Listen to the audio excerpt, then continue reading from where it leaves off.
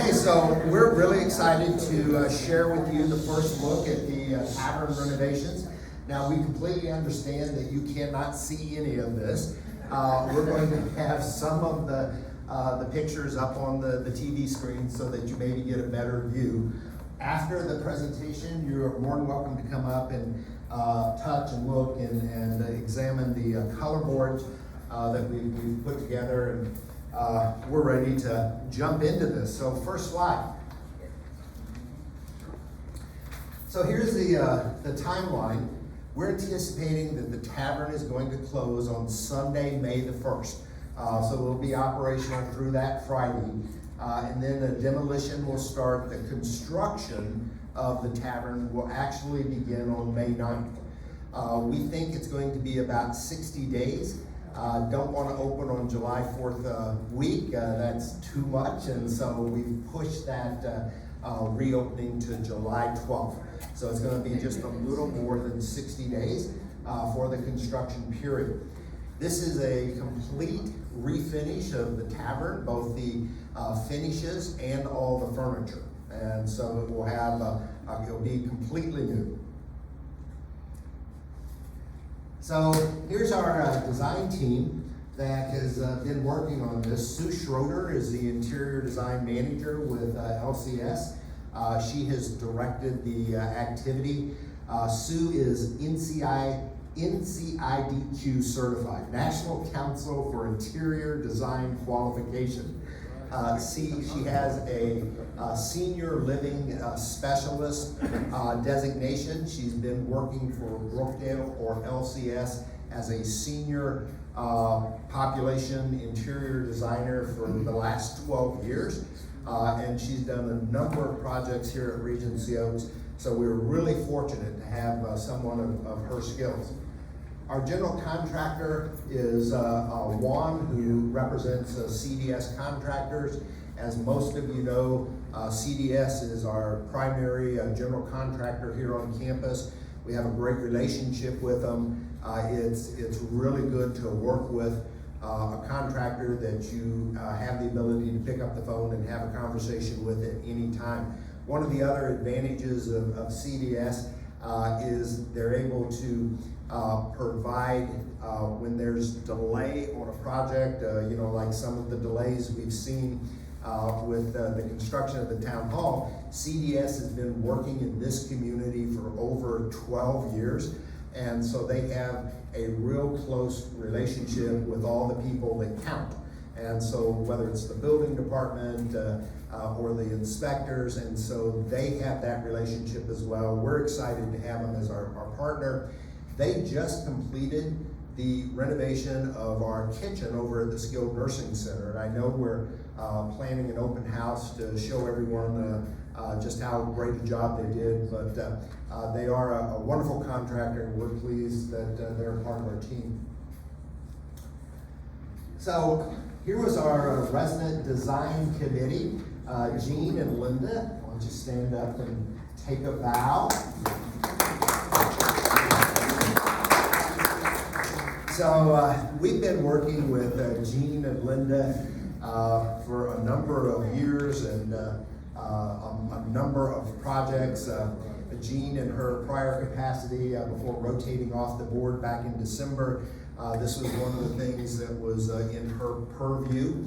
And I went back and I was just trying to think of all the projects that Jean and Linda have consulted on, and the North Exercise Room, the North Dining Room Lobby, the Town Hall chairs that you're sitting in, the beauty shop renovation, all the new outdoor furniture, and now, of course, the tavern. So we owe a debt of gratitude to these ladies for their incredible amount of hours that went into this. They must have 300 hours each. And so it's a huge time commitment. And ladies, thank you. You did a wonderful job. All right, Ricky. Hello again. That's what it's going to look like. All right, there you go, folks. Welcome to the Gastro Pub.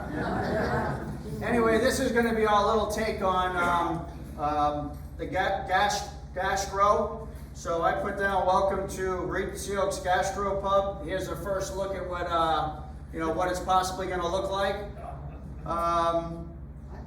What the Gastro Pub means to us, Regency Oaks, Johnny, Brent. Next slide. Okay. So here's our logo, and this is our branding that we came up with. Oh, is that a ooh or boo? Boo. Okay, good. Oh, moo. Yes, it's a boo. Okay.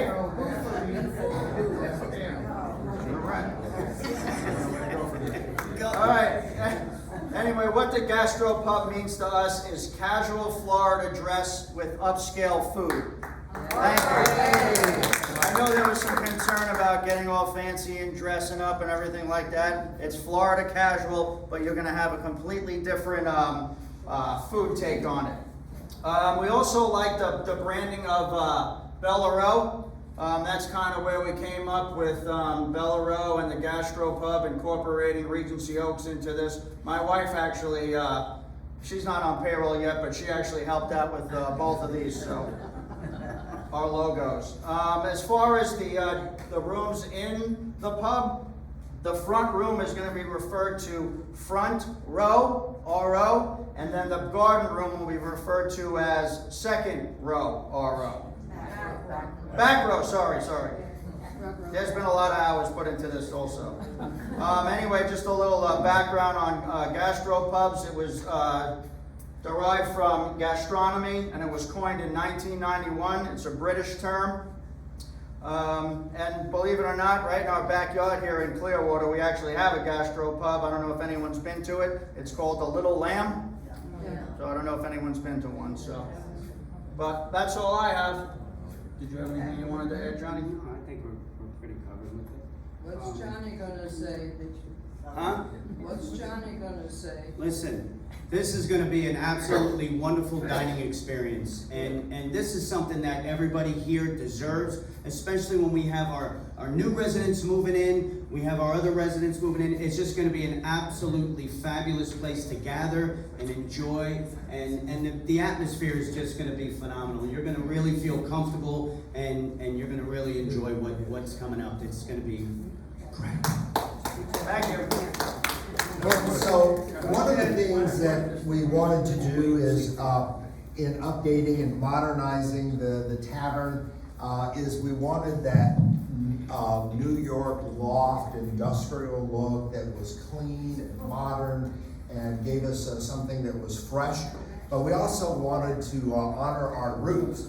And so Bill Clark was the resident who worked with us the first time we converted the ice cream shop to the tavern. And so we wanted to honor his memory and his efforts, so we stayed within that same lane. And so this, as you heard Ricky say, is a British term. It's in keeping with the standard we were trying to establish with Bill, where you have that tavern look. We're just modernizing it and bringing it into the 21st century. So are you ready to take a look at some of the first designs? Yes. All right. Let's talk about the floors, and if you follow the little pointer over here, you're going to be able to see what we're looking at. This is a Mohawk product. It's a very quality, high-end product. It's designed to look like a wood floor. However, it's actually a luxury vinyl. The color is called Sequoia. It's a flexible vinyl. That means that it moves, and it also is water safe. And so you can mop it, you can have a spill. It's going to hold up. It's glued directly to the concrete, and it's very resistant to heel marks and scratches and dragging tables across it. So it should stand up and give us many, many years of long life. When we look at the paints, we went with a very neutral palette. It's in grays and creams. And so you're looking at those two. The one on the bottom is the lower half of the wall. The one on the top is the upper half of the wall. And then the one to the left is all the trim. Trim? No. Is it that trim? No, that's not Window trim. shade. Where's the trim? Do we have a trim? No. Okay, the trim is cream. And so I think those colors are going to work really well. It's a neutral palette. We're using Sherwin-Williams paint. Okay, window treatments and roller shades. We elected to get rid of the heavy drapes and try to modernize that look, let a little bit more light inside. And so we've elected to go with a self-contained roller shade. And you can see the color right there. It's also a neutral color. And then, of course, we're going to have sound abatement panels to try to help reduce some of that noise. And that's the color of the sound abatement panels. And so you can see that we tried to blend the upper wall paint along with the sound panels so that they just will blend into the wall, and there won't be that contrast that you look at right now where they're gold and green. And so those are the look at the sound abatement panels. On the walls? On the walls. What about the ceiling? Nothing on the ceiling other than a special paint.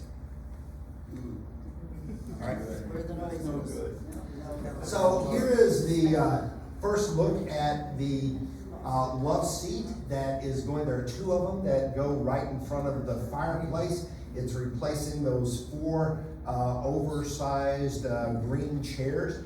So it's a smaller sectional. It has a rounded curve. It's really difficult to see the curve in the back, but if we were to be looking at the back side of it, it is a rounded curve, and so it creates a circle of interest. It's tufted, and here's our color. It's in this fabric right here that should be, we think, very attractive. No arms. No No arms. arms. What about arms? No arms. You can't get up. It's very narrow. It's very shallow. We don't think that's going to, and it's well height, and so we don't think that's going to be an issue for the two sectional sofas or the two sofas. All right, next.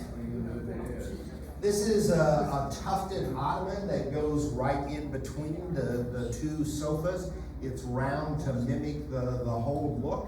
It's done in this black fabric. Is this a leather? Or pleather? Yeah, that's a leather, so that it has the ability to serve as additional seating as well. All right. So here are the custom tables. And can we turn the lights back on for just a second to see if we can get some light on this? These were custom made. They are all hand planked. We tried to pull in the blues and the grays and some of the darker wood tones that coordinates with the wood that we have. You may recall that there's a tremendous amount of wood in the existing tavern, in the cabinets and the bars and the beams overhead. These were made by a little shop up in I think it's Delaware, and we're really excited. These are in. There's a wide variety. There are rectangles and squares. And then on the bottom, in the front row, the legs are these industrial iron pipes, and they are painted black, and they have that strong industrial look. In the back row, they are pedestals that are also black, and it's hammered iron. So it's going to, they're not identical, but they are complementary, and we will be able to create sort of a distinction between the front and the back row. And it's added. So here are the bench seats. There are 3 of them. Don't get all excited. There are 3 of them. It's a maximum of 9. It's probably more like 6 people out of the seating of 63. are dedicated to the bench. I know there are a lot of people who didn't like the bench idea, but this will be against the wall in the existing garden room, and in between, this will be the backside of each of those individual banquettes. So here are the chairs from the front RO, and here we want to look at the fabric. The bottom is this blue leather, and the chair top is this geometric pattern. It's the same for the chairs in the front as well as the back in terms of the fabric coverings. We identified a chair that we think is going to be very comfortable. It has arms for support. You're able to grab those arms. You're able to move it back because the chairs are relatively light. This has casters, we think, because it is a light chair. That's probably all we're going to need. There's no more carpet in the garden room, so we won't need, potentially, we don't think we're going to need wheels. And then in the back room, this is a very similar chair. It's a flatter, it's a little flatter across the back instead of that rounded area. That rounded area sort of supports what you see in front of the fireplace, and then in the back it becomes more rectangular, similar color, identical fabric choices. Here are the bar stools, and you can see again, we're keeping with the rounded look in the front row. This is in black leather. You can see this right here. All the woods are dark, in keeping with the tavern. That's one of the things we did keep from the past design. And those bar stools will go there, and also there is one high table for anyone who enjoys a high table as opposed to sitting at a regular table. So here's some lighting. This one on the left are the pendants over the bar, and I think there are five of them. And then we went with a pretty large, it's oversized lighting fixture, and this is going to go in the back row. And there will be one of those over each of the tables with the bench seating, and then also in the fourth one, which does not have the bench seating. And then if we look at the next slide, this is the lights and fans that we went with in the front row. And so they're black, they're 52-inch. The light kit is included in the front row. In the back row, it will just be the fans. There's no light kits because we have those fixtures that were just on the previous slide. So there's no sconces, but we wanted to make sure we had plenty of light and the open windows. So I think it's going to be light and airy and bright. Okay. Anything I missed? This is basically the color that when you come up here, and you can turn on the lights. But this is basically the color of all the wood finishes. It's a little darker than what's in there now, and so it should be a really good contrast to the grays and the creams. All right, here. Here we have a question here. We're opening it up for questions. Okay, Grant, the gastropub, does that mean it's going to continue with reservations only? And is it going to have upscale pricing along with the name? So all of that is way too early, and we'll have another meeting to share some of that. And Ricky and the dining services team are working on those answers. Really, all we're prepared to share today is the design concept. And so I honestly, I don't have too much more to add to that. I can tell you that, all pricing across campus is going up. All pricing across the country is going up. But there will be affordable options. And when we roll out the meal program, and that's going to happen in the next 30 to 45 days, we'll come back and address how that is going to work. The one thing I will say, just to try to ease the tension, because I know everyone's anxious about this, we're not gonna force you to do anything. You're going to have options. You're gonna have the option of staying in your existing program. So if you're in the bistro meal program and it works for you, you can stay there. If you wanna go to the meal of the day plan, we think that's the best thing to do. We're going to point out the advantages to you. And if that's something you're attracted to, you can switch. But the decision is going to be yours. It's not like what we did last time where we tried to force everyone into one lane. You're going to have that option. And so that's the guarantee that I make you. Don't spend a lot of time getting anxious about this. We will, as we develop it, we're going to come out and share it with you. Question here.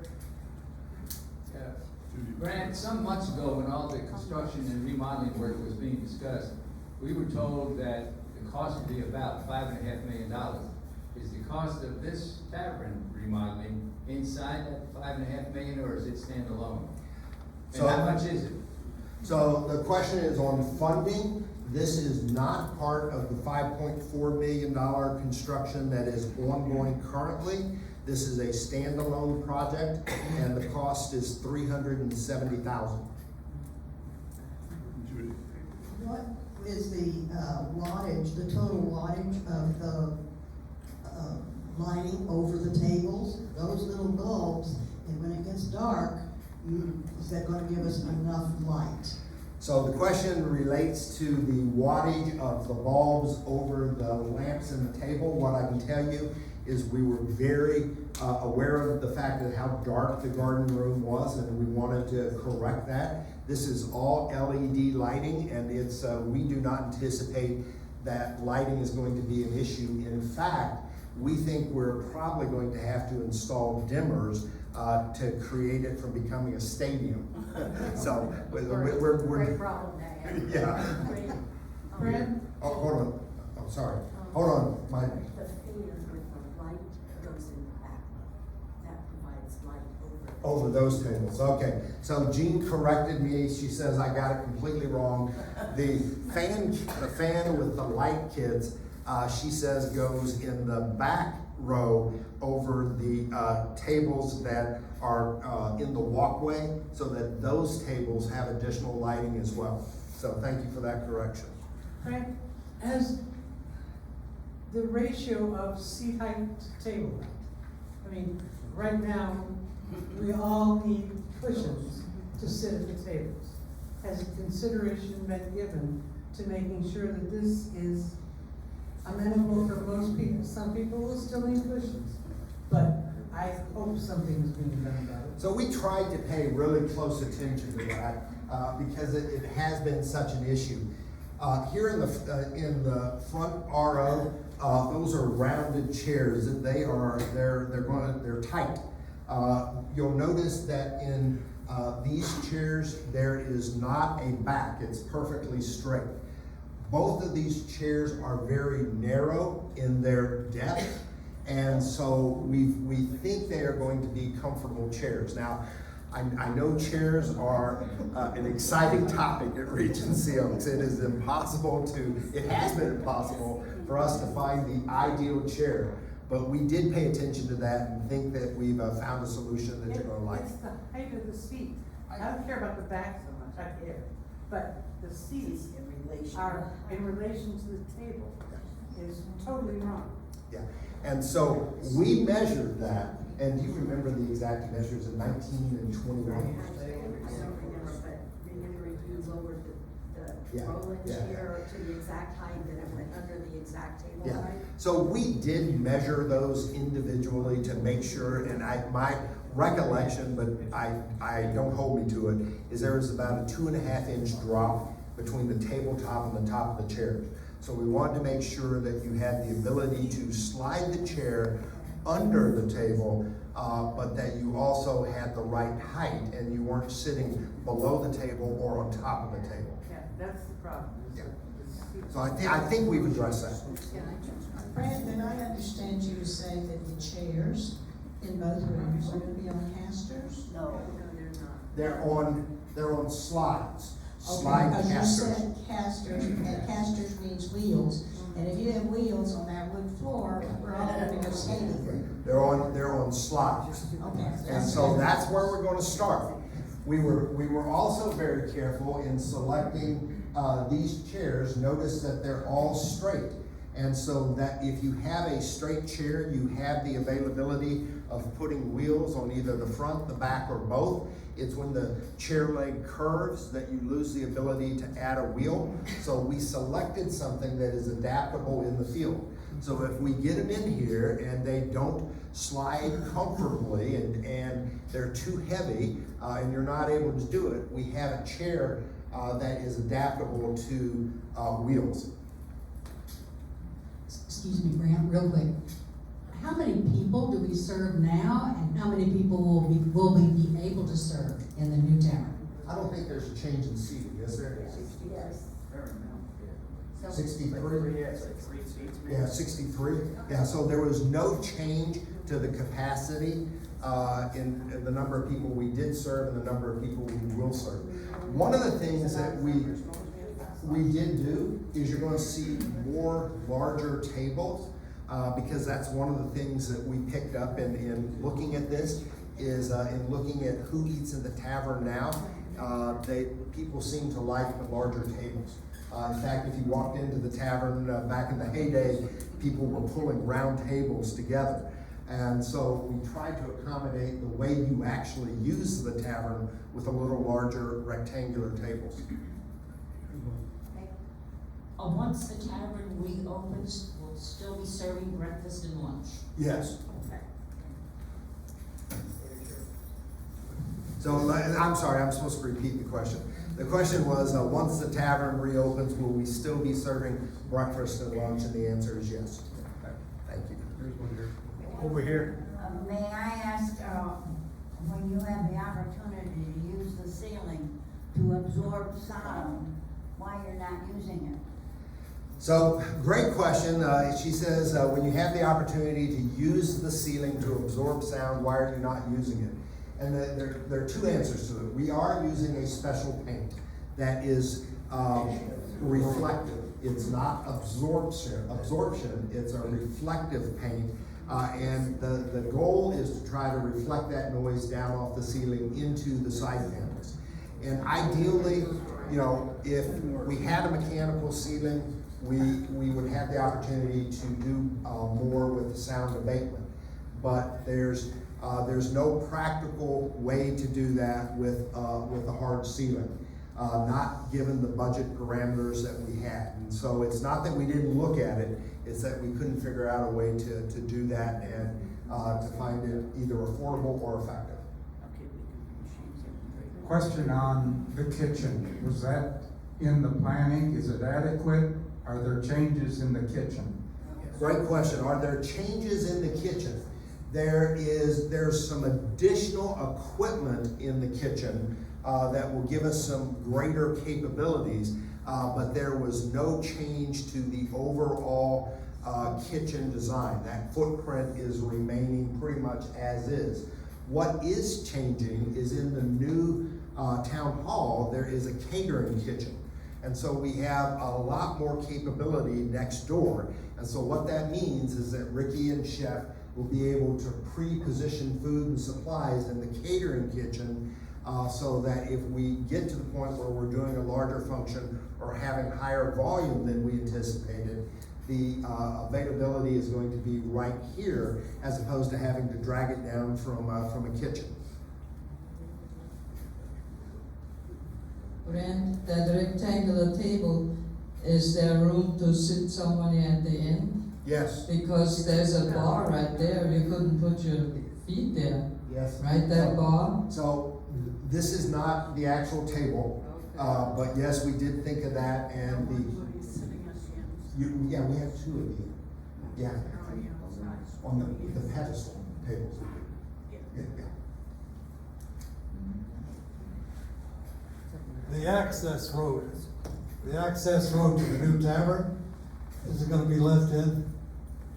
Or for entry for our people that, entertainments or any of that other stuff? Is there gonna be a small parking lot?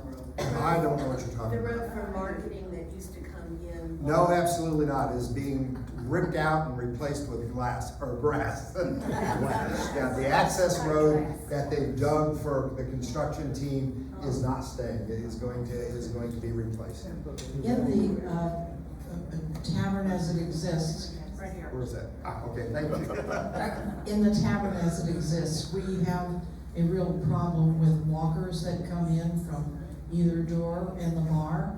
If somebody is sitting at a table and the chair is pulled back, there's no way that people with walkers can get by. I don't know of the placement of the furniture, but is that taken into consideration? So the question is in the placement of the furniture, she noted that, you know, our capacity didn't go down, 63 is still the same. And she noted that there are some access issues for residents who particularly are using the north building door. And so if they come in and there are tables in front of that door, it's really hard to get by. And so we tried to accommodate that by placing a small, remember I mentioned there was one high top table, that is placed immediately inside that door to sort of create a corridor for access. And so we think we've addressed it. Don't move the tables.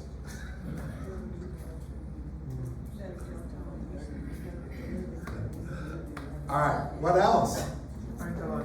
All right, well, you are welcome to come up and browse, and Chef and Johnny and I, along with our design team, are going to be up here and answer any further questions you have. Thank you very much. I hope you enjoyed it.